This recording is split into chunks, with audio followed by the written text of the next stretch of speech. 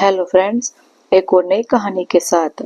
शादी से पहले हमारी मैडम एक दफ्तर में ऑफिस असिस्टेंट थी, पर शहर बदले जाने के कारण उन्हें नौकरी छोड़नी पड़ी। फिर पहली बेबी 1 साल में ही हो गया। अब वह 4 साल की है। थोड़ा काम खुद कर लेती है, इसलिए मैडम के पास काम कम और समय ज्यादा है। अतः एक दिन बोली, सुनो शैलेश। क्या है माधवी? मैं आजकल घर में बहुत उकता जाती हूँ। यहाँ मेरे पास काम ही कितना है। बिना काम के खाली बैठे रहना तो बेवकूफी है। मैं चाहती हूँ कि कुछ पैसे कमाऊं। हमारे घर की आर्थिक स्थिति भी तो अच्छी नहीं है। माधवी बोली, क्यों, क्या हुआ? हमारी आर्थिक स्थिति को सब ठीक तो है। मैं जितने पैसे कमा रहा हूँ उन्हीं में से हम लोग सुख चैन से रह रहे हैं, और क्या चाहिए। नहीं, मैं चाहती हूँ कि मेरा भी योगदान हो। जब मैं भी कमा सकती हूँ तो क्यों ना कमाया जाए। डबल इनकम का मतलब डबल बचत। वह तो ठीक है, लेकिन घर को चलाने में तुम्हारा बड़ा योगदान है, मेरे अकेले का बस की बात नहीं कि नौकरी भी करूं, बच्चों को भी देखो और घर भी संभालूं। सुचारू रूप से घर चलाते रहो, यही बहुत है। नहीं, मैं नौकरी करना चाहती हूँ। तो फिर घर कौन देखेगा? और फिर इस शहर में तुम्हें नौकरी कौन देगा? इसी के पीछे तो इतने दिनों से मैं तुमसे बोलने में झिझक रही थी। तुम्हें कोई उपाय बताओ। मैं क्या बताऊं, यह फैसला तो तुम्हें लेना पड़ेगा। क्यों ना एक काया रख लें, फिर मैं किसी मॉल में सेल्स गर्ल का काम तो कर सकूंगी। कोई आया माँ की तरह से बच्चों को नहीं देख सकती। और फिर जितना तुम कमाओगे वह तो आया ले जाएगी, और जो परेशानी होगी वो अलग से। सेल्स गर्ल्स को तो 12-12 घंटे खड़े रहना पड़ता है। अब तुम 35 साल की होने वाली हो, 20-21 साल की लड़कियों के सामने क्या टिक पाओगी? शैलेश ने कहा। तो मैं घर में रहकर भी कमा सकती हूँ।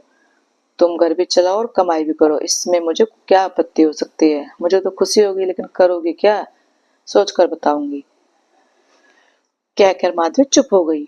मैंने सोच लिया है कि मैं कंटेंट राइटर बनूंगी। 8-10 दिन बाद माधवी शैलेश से बोली, वाह, क्या बात है। राइटर बनकर पैसे तो कमाओगी, ख्याति अलग से होगी। क्या लिखोगी? ऑनलाइन बहुत सी कंपनियां कंटेंट राइटर मांगती हैं। मैं उन्हें अपने बायोडाटा भेज देती हूँ। 2 दिन बाद माधवी फिर बोली, शैलेश, मुझे क्रेडिट कार्ड देना, 2,000 रुपये चाहिए। का डिपॉजिट एक कंटेंट कंपनी को भेजना है। वो कहते हैं कि उनके मूल कंटेंट का मिसयूज ना हो, इसलिए वे क्रेडिट कार्ड से पेमेंट मांगते हैं। बहुत बड़े पैमाने पर आराम कर रही हो? शैलेश बोला। घर में 2-3 दिन शांति रही। माधवी दिन में 4-5 बार कंप्यूटर खोलकर देखती कि कोई मेल तो नहीं आया। फिर एक दिन बोली, वे मुझे ऑनलाइन इंटरव्यू के लिए बुला रहे हैं, पर मुझे उनका ऐप डाउनलोड करना है, जिसकी फीस 2,000 रुपये है। शैलेश के 2,000 रुपये और गए। 5 दिन बाद उसे पीडीएफ फाइल मिली, जिसमें शायद 500 पेज थे। उसे उसका संक्षेप में इंग्लिश से हिंदी अनुवाद करना था। सुनो, यह बहुत कठिन काम है। कंप्यूटर पर पढ़ने में बहुत कठिनाई हो रही है। बहुत छोटा है, इसके प्रिंट करा लाओ। माधवी बोली। शैलेश प्रिंट करा लाया, पर कंप्यूटर पर माधवी हिंदी टाइपिंग न सीख पाई। उसने हाथ से लिखा तो शैलेश भी उसे पढ़ नहीं पाया। उसे स्कैन करके भेजने का फायदा ही क्या था? इसलिए एक साइबर कैफे को हिंदी में लिखे को प्रति पृष्ठ पैसे देकर टाइप कराने के लिए दिया। उसे प्रति पृष्ठ 400 मिलते थे, इसलिए उसे यह खर्च ज्यादा नहीं लगा। मगर 5 दिन बाद मेल आया कि काम पूरा हो जाने की मियाद 7 दिन थी, इसलिए 2,000 जब्त किए जाते हैं और आगे से काम नहीं मिलेगा। 4,000 रुपये इस कंपनी को गए, 1,500 रुपये प्रिंट कराने में लगे, और 10 दिन बाद हिंदी टाइप करने वाला अपने पैसे जबरन ले गया और मेल से हिंदी फाइल भेज दी। शैलेश ने उसे खोलकर देखा तो पता चला कि एक तो अनुवाद गलत था, और दूसरे टाइप करने वाले ने 1,000 गलतियां छोड़ रखी थी। काम के चक्कर में 1 महीने का चैन भी गया और पैसे भी बर्बाद हुए। माधवी बोली, एक दिन अवश्य कुछ ना कुछ करके दिखाऊंगी। अवश्य अवश्य। अभी फिलहाल मैंने पैसे कमाने का दूसरा जरिया ढूंढ निकाला है। 1,000 रुपये तो गंवा चुकी हो। अब क्या इरादा है? तुम्हारी इस कंजूसी को देखते हुए तो मैंने पैसे कमाने की ठानी है। मैंने तय कर लिया कि मैं बच्चों के कपड़ों का व्यापार करूंगी। तुम कपड़े कहाँ से लाओगी? शैलेश ने पूछा। माधवी बोली, मैंने होलसेल मार्केट पता कर ली है। वहाँ 80% डिस्काउंट मिलता है। उन्हें बेचूंगी तो पैसा ही पैसा होगा। घर के बाहर एक बोर्ड लगा दिया, नए फैशन के बच्चों के कपड़े। शैलेश बोला, तुम्हारी युक्ति ठीक है, चलो ले आते हैं 50,000 के कपड़े। हाँ, कुछ नए डिजाइनों के फ्रॉक वगैरह। मैंने एक स्टोर में शादी से पहले सेल्स का काम किया था, मुझे इस लाइन का एक्सपीरियंस है। यह बात बार बार दोहराती रहती। अगले दिन जब शाम को शैलेश घर लौटा तो ड्राइंग रूम में कपड़े ही बिखरे हुए थे और घर के सारे गिलास प्याले इधर उधर लुढ़क रहे थे। माधवी बोली, पुराने डिजाइन के कपड़े ले गए, 10-20 औरतें आई, चाय भी पी और इतने सारे कपड़े खोल खाल कर चली गई। एक पैसे की कमाई नहीं हुई। 4-5 अपने बच्चों को पहना कर दिखाने के लिए ले गई हैं। शैलेश बोला, पहले ही दिन 10,000 रुपये का चूना लगा दिया। अच्छा, अपनी लड़की को यह फ्रॉक फिट लगेगा तो मानूंगा कि तुम्हारा टेस्ट अच्छा है। माधवी ने पहना कर देखा, टाइट था और खींचने पर फ्रॉक फट गया। तभी कोई खरीदार आया जो 5-6 कपड़े ले गया था। उन्हें वापस कर गया कि साइज भी ठीक नहीं, कपड़ा भी खराब है और डिजाइन भी बेहुदा है। बंटी ने भी एक भी कपड़ा पहनने से इनकार कर दिया। मेड को देने की कोशिश की तो बोली, मैडम यह जो 500 की चीज रुपये में आप बेच रही हो ना, हमारे यहाँ मंगलवार बाजार में 50 रुपये में बिकती है। और उसने मुफ्त में भी ले जाने से इनकार कर दिया कि वह इनका क्या करेगी। कुछ दिन बाद माधवी ने फिर शैलेश से कहा, सुनो, तुम ऐसे सुनो मत बोलो, मेरा दिल बैठ जाता है। मुझे लगता है तुम पैसा कमाने का कोई नया साहसिक धंधा शुरू करने वाली हो। शैलेश घबरा कर बोला, तुम सुनो तो सही। सुनाओ। यह कपड़ा बेचने वाला व्यापार मुझसे नहीं होने का। दे रहा है दुरुस्त है। तुम बताओ, मेरी पेंटिंग्स कहाँ हैं? अपनी बेटी की ड्राइंग की कॉपी में तुम्हें ड्राइंग करते देखकर कह सकता हूँ कि तुम पेंटिंग में तो निपुण हो। पेंटिंग का काम करूं तो कैसा रहेगा? आजकल तो पेंटिंग्स करोड़ों में बिकती हैं। ठीक रहेगा। लोग अपने घरों में आर्टिस्टों की पेंटिंग्स लगाना चाहते हैं।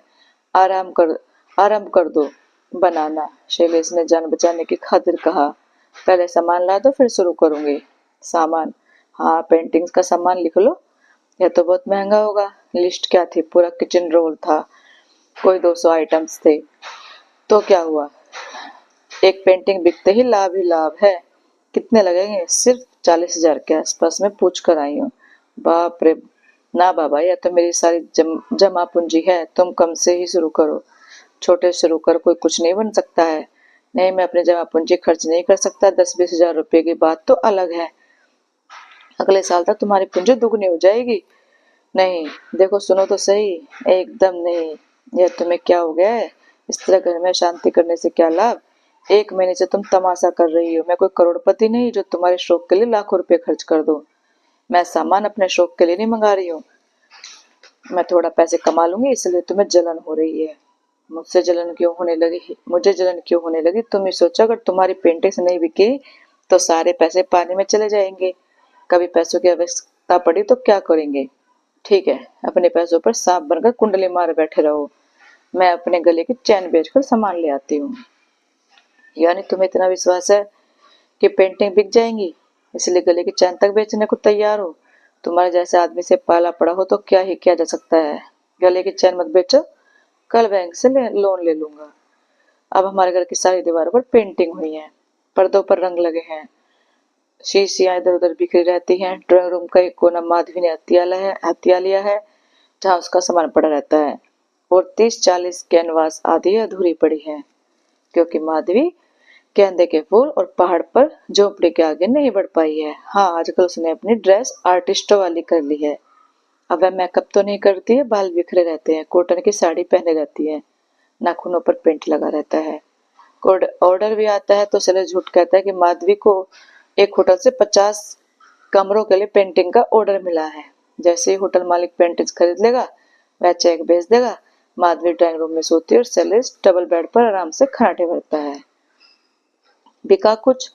मेरी पूरी फैक्ट्री में केवल एक ही ऐसा आदमी था जिस तुम्हारी एक बनी हुई एक पेंटिंग पसंद आई, बाकी नहीं बिकी।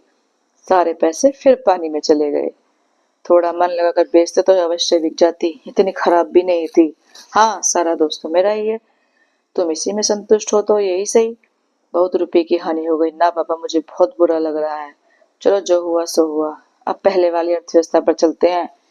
यानी मैं कमाता हूँ और तुम खर्च करती रहो। अगर इस तरह तुम कमाती रही तो भीख मांगने की नौबत आ जाएगी। चलो, मजाक मत करो, एक बात सुनो।